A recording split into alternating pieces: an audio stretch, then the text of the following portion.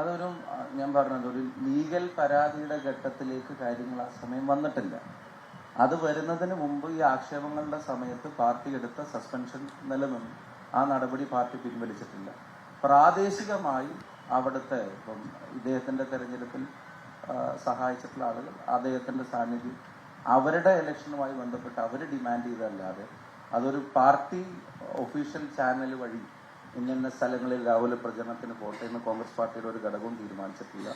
ഔദ്യോഗികമായ KPCCയോ DCCയോ നടത്തുന്ന പാർട്ടി ഔദ്യോഗിക പരിപാടികളിലും അദ്ദേഹം അതിൻ്റെ ഭാഗവാക്കായിട്ടില്ല. ലീഗൽ ഇത് വരുന്നതിന് മുമ്പ് അദ്ദേഹം പരിപാടികളിൽ പങ്കെടുത്തിട്ടുണ്ട്. അത് തീർത്തും പ്രാദേശികമായിട്ട് മാത്രം നടന്നൊരു കാര്യമാണ്. അതിനൊരു കോൺഗ്രസ് ഡയറക്ഷൻ അക്കാര്യത്തിൽ പങ്കെടുപ്പിക്കണം എന്നുള്ളത് പാർട്ടി കൊടുത്തിട്ടില്ല.